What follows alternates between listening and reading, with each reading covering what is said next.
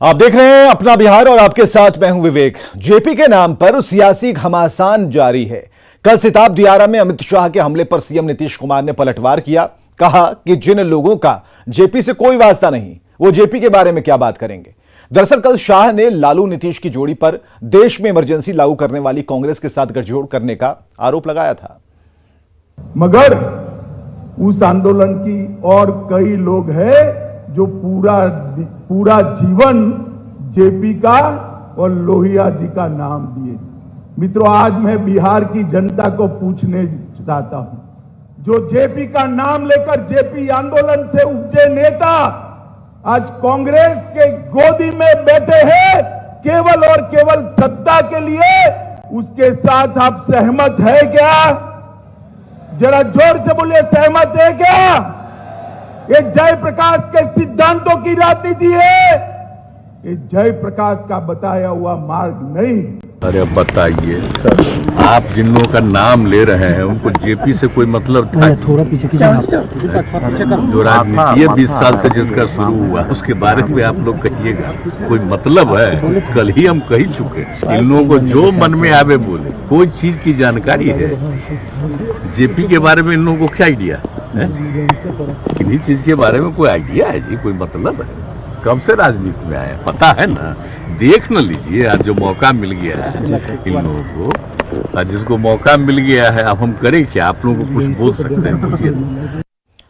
JP जयंती समारोह में केंद्रीय गृह मंत्री अमित शाह के बयान पर सियासत जारी है। अमित शाह के बयान पर जेडीयू ने केंद्र सरकार पर सरकारी एजेंसियों के दुरुपयोग करने का आरोप लगाया।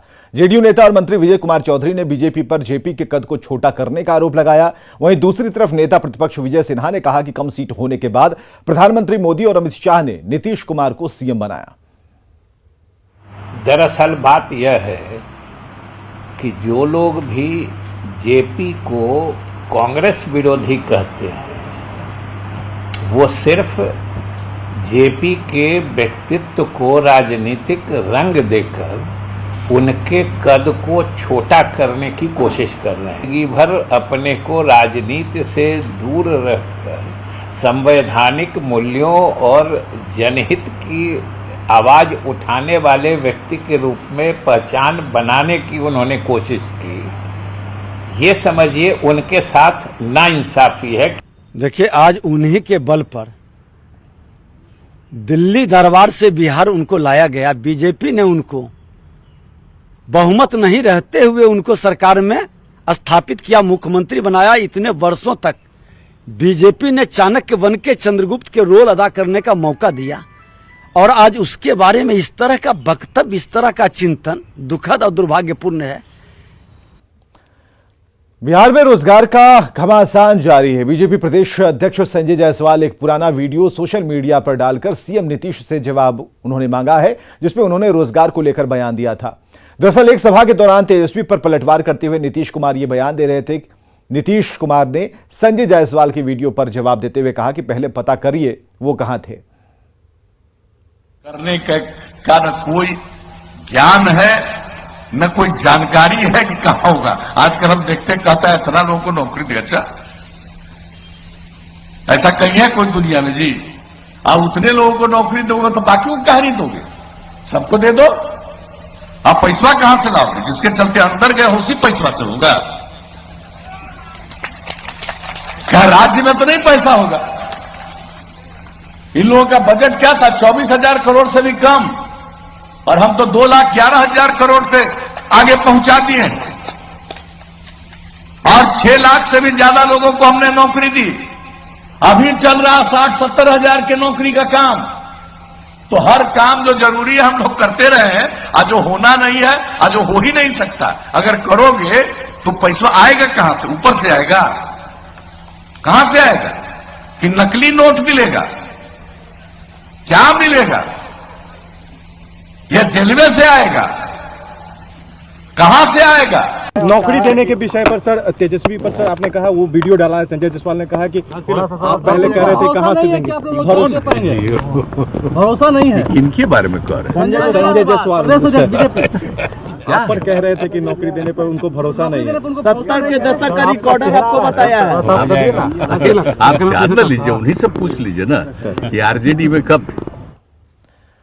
जेडीयू संसदीय बोर्ड के अध्यक्ष उपेंद्र कुशवाहा ने एक बार फिर कहा कि बिहार के आम लोगों की ये भावना है कि देश का नेतृत्व नीतीश कुमार करें।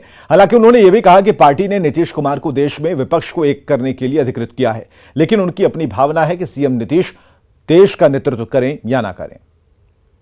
हम भी बिहारी हैं, तो मुझको व्यक्तिगत रूप से तो हम चाहेंगे ही, और हर बिहारी चाहेगा कि बिहार का कोई व्यक्ति देश का प्रधानमंत्री बने, देश के प्रधानमंत्री की कुर्सी पर बैठे। तो उस दृष्टि से मेरी भावना है और हर बिहारी की यह भावना होगी।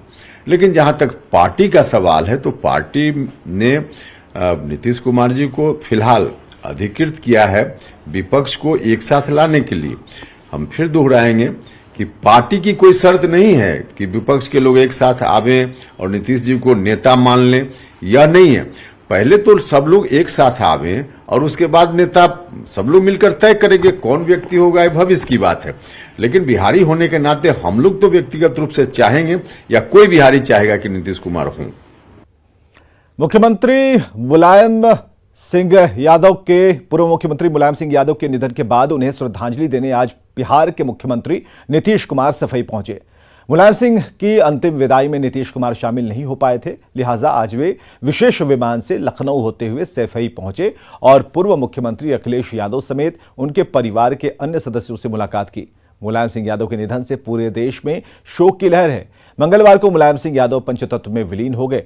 देश भर के सभी दलों के नेताओं ने उनके निधन पर गहरा शोक प्रकट किया है।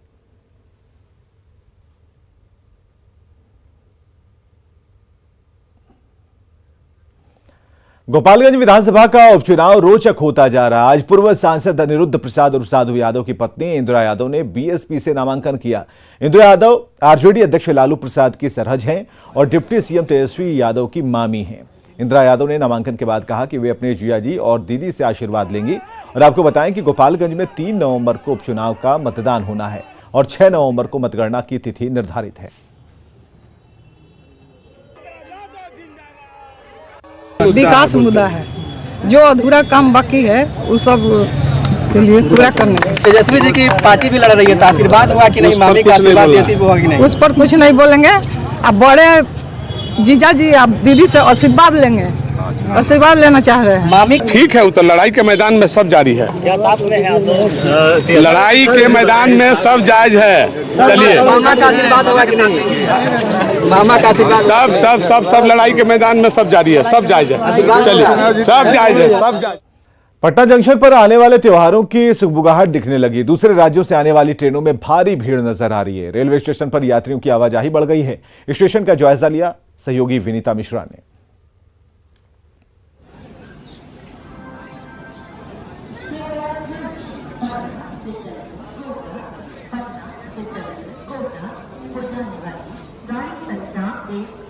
दिनों में बिहार में दीपावली और लोक आस्था का महापर्व छठ आने वाला है।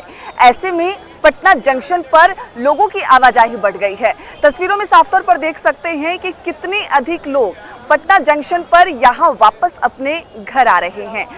स्टेशन से होते हुए ये तमाम लोग अपने घर पहुंच रहे हैं, क्योंकि आने वाले दिनों में कई त्योहार हैं।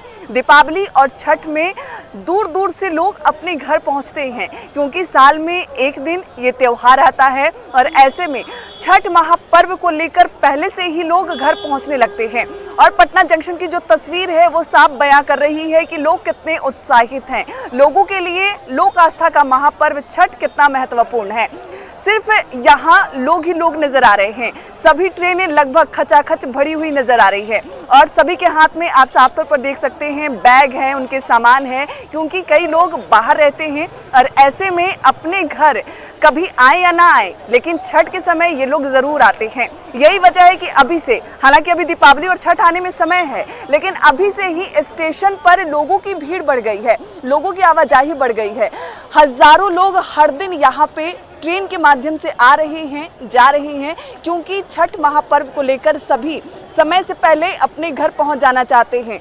अगर छठ के नजदीक में आएंगे तो भीड़ भाड़ अधिक होगी। ऐसे में लोग पहले ही अपने घर पहुंचने के लिए लगातार पटना जंक्शन पर पहुंच रहे हैं। विनीता मिश्रा, न्यूज़ 18 पटना। खगड़िया में डेंगू ने लोगों को परेशान कर रखा है। स्वास्थ्य विभाग डेंगू से बचाव के लिए जलजमाव वाले जगहों पर दवाई का छिड़काव कर रहा है, लेकिन सदर अस्पताल के सामने जलजमाव की समस्या स्वास्थ्य विभाग पर सवालिया निशान खड़े कर रही है। अस्पताल के मुख्य गेट पर जलजमाव से मरीजों की परेशानी के साथ डेंगू का खतरा बढ़ गया है। हालात का जायजा लिया दिग्विजय ने। बिहार के साथ साथ पूरे खगड़िया जिला में डेंगू ने कहर बरपाया है, जिसके कारण कई ऐसे मरीज हैं जो डेंगू का इलाज निजी अस्पताल के साथ साथ खगड़िया सदर अस्पताल में भी करवा रहे हैं। लेकिन जो हम स्थिति आपको दिखा रहे हैं, ये खगड़िया सदर अस्पताल का मुख्य गेट है, जहां कि आप देख सकते हैं कि पूरा जो परिसर है वो झील में तब्दील हो गया है। जो बारिश का जो पानी है उसके कारण जल जमाव की स्थिति बनी हुई है और जिला जो खगड़िया सदर अस्पताल है वहां पर दूर दराज से मरीज पहुंचते हैं, जिनको इसी जल जमाव वाले पानी से होकर के गुजरना पड़ रहा है। और सबसे बड़ी बात क्या है कि जिस तरह से खगड़िया में डेंगू का प्रभाव बढ़ा हुआ है, तो ऐसे में जो जल जमाव की स्थिति बनी हुई है, लोगों को भी किसी न किसी अनजान बीमारी के साथ साथ डेंगू जैसे बीमारी का भी डर बना हुआ है। इलाज कराने के लिए आए हैं तो क्या डर लगा रहता है? डेंगू का डर लगा रहता है कि डेंगू फैल न जाए, डेंगू हो न जाए किसी को। पानी जल जमा हुआ है, जल जमा पानी जो है। इलाज के लिए हर जगह का पूरा डिस्ट्रिक्ट का व्यक्ति यहाँ पर आते हैं इलाज कराने के लिए। और दूसरी बात, एक पेशेंट के साथ जो भी गार्जियन सब आते हैं उसको भी इसके कारण बहुत परेशानी के साथ उसको झेलना पड़ता है कि किस तरह से यहाँ पर स्थिति है, मरीज को ले जाने में आने में बहुत कष्ट होता है। दूसरी बात है, अगर मरीज़ आता है तो उसको अपने इलाज के लिए कि यहाँ से हम स्वस्थ हो जाए, लेकिन अगर ऐसा स्थिति बना रहा तो ये मरीज़ स्वस्थ क्या होगा और बीमार होके यहाँ से जाएगा। और अभी प्रशासन विभाग में जो कह रहे हैं कि डेंगू फैल रहा है, और डेंगू फैल रहा है तो पानी जमा होगा तो फैलेगा ही। हो सकता है कि हमको लग रहा है कि इस तरह से जवाब रहेगा ना, तो डेंगू का इलाज क्या होगा, वो तो खुद और पेशेंट बन करके जाएगा, उसके साथ वाला भी। अभी डेंगू का प्रकोप चल रहा है, उसके बाद भी जिला चिकित्सा पदाधिकारी अभी भी उस पर ध्यान नहीं दे रहे हैं। कोई ध्यान नहीं है। सीएस साहब को हमने आवेदन दिया, उपाधीक्षक को आवेदन दिया, लेकिन इस पर कोई ध्यान नहीं दे रहे हैं। ऐसे में सदर अस्पताल प्रशासन और स्वास्थ्य विभाग को भी चाहिए कि जल्द से जल्द जल जमाव से मुक्ति दिलवाए। दिग्विजय कुमार, न्यूज़ 18 खगड़िया। गंडक नदी के जलस्तर में वृद्धि के बाद आई बाढ़ ने किसानों की कमर तोड़ दी है। बगहा में धान की तैयार फसल बाढ़ की वजह से धराशायी हो गई, बर्बाद हो गई। धान का कटोरा कहे जाने वाले इलाके में किसानों को धान के संकट का सामना करना पड़ रहा है। किसानों की परेशानी का जायजा लिया मुन्ना राज ने। नदी के जलस्तर में वृद्धि के बाद सबसे ज़्यादा नुकसान किसानों को हुई है, और हम तस्वीरें दिखा रहे हैं। बगहा के गन्ना के साथ ही जो धान के किसान हैं उनकी फसल बिल्कुल चौपट हो गई है, और गंडक नदी के जलस्तर में वृद्धि के बाद नीचे इलाके में जहां धान की खेती होती है तो धान की खेती बिल्कुल चौपट हो गई है और ज़मीन पर लेट गई है। तो आप देख सकते हैं कि तैयार धान की फसल है और किस तरह से हश्र हुआ है फसलों का। तो किसान किसी तरह धान की रोपनी करते हैं, उसमें पानी देते हैं, खाद देते हैं, और जब काटने की बारी आई है तो आप देख सकते हैं किस तरह की तस्वीरें बनी हुई है। और बगहा की हम तस्वीरें दिखा रहे हैं, जो धान के किसानों को विशेष तौर पर नुकसान हुआ है, और धान की जो तैयार फसल है वो कटने से पहले ही पूरा ज़मीन पर लेट गया है। गंडक नदी की तबाही ने किसानों को सड़क पर ला दिया है, और तमाम ऐसे किसान हैं जो विलाप कर रहे हैं। तो कुछ किसानों से भी हम बात करने की कोशिश करेंगे। तो कैसे देखते हैं इस नुकसान? सर बहुत नुकसानी भइल बा। जन बाढ़ जन आवता काटे के समय आइल, टोटल धान डूब गइल आ सब लिपा पोता हो गइल, कोनो काटे लायक नहीं, सब निपत्ता भाई, सब नुकसान हो गइल क्लियर। किसान बहुत मेहनत करके धान को रोपनी कराता है, पानी पटाता है, खाद उद देता है, उसके बावजूद नदी का गंडक नदी का पानी आया, सब धान को लिपा पोता करके सुता दिया, जमीन पर काटने लायक नहीं है।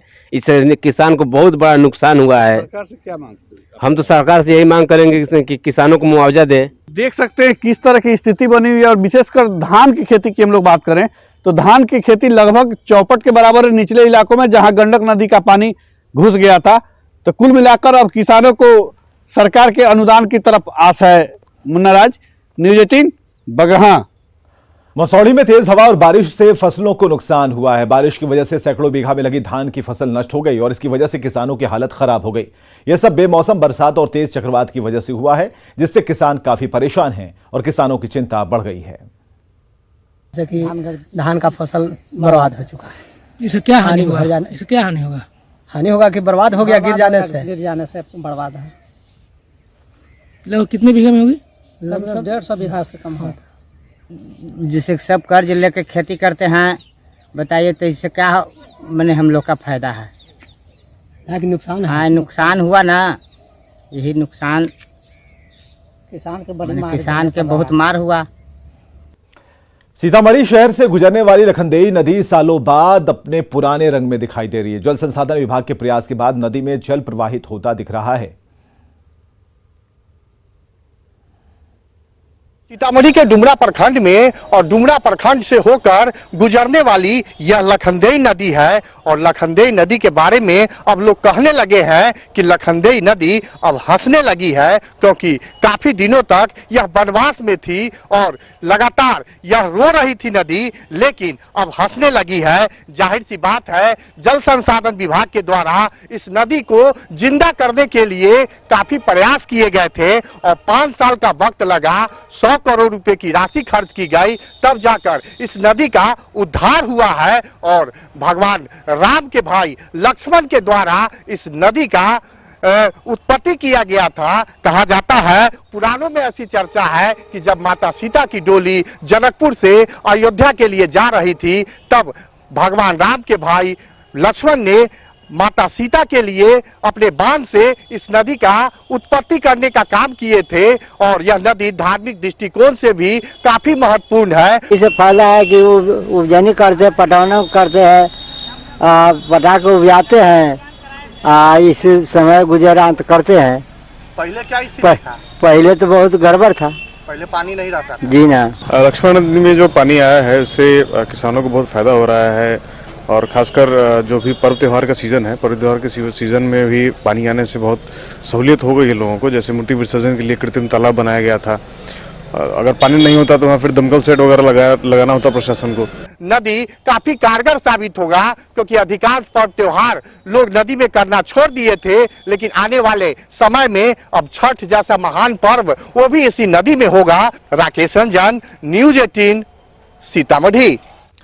राष्ट्रीय अनुसूचित जाति आयोग की सदस्य अंजू बाला ने आज कई एसपी और डीएम के साथ बैठक के बाद कहा कि कई ऐसे मुद्दे हैं जिस पर काम करने में लापरवाही हो रही है।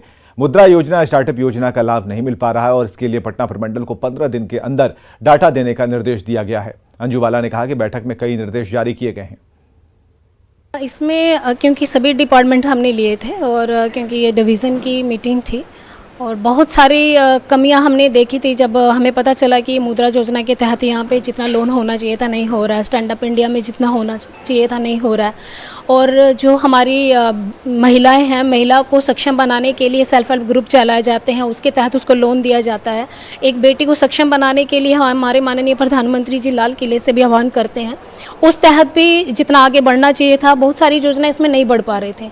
तभी हमने ये डिसीजन लिया, क्योंकि अभी बहुत जल्द फुल कमीशन भी आएगा रिव्यू के लिए। हाँ, कहीं ना कहीं कुछ त्रुटि तो रहती ही है, तभी वो बड़े उसको घटना को अंजाम देती है। उसी चीज़ को जो छोटी छोटी गलतियां हैं जो नज़रअंदाज इनसे हो गई हैं, उसको हमारा कमीशन का काम ही यही होता है कि अगर कहीं पे भारत सरकार राज्य सरकार के बीच की मिसअंडरस्टैंडिंग या जो मिस गैप है उसको भरने का काम हम करते हैं।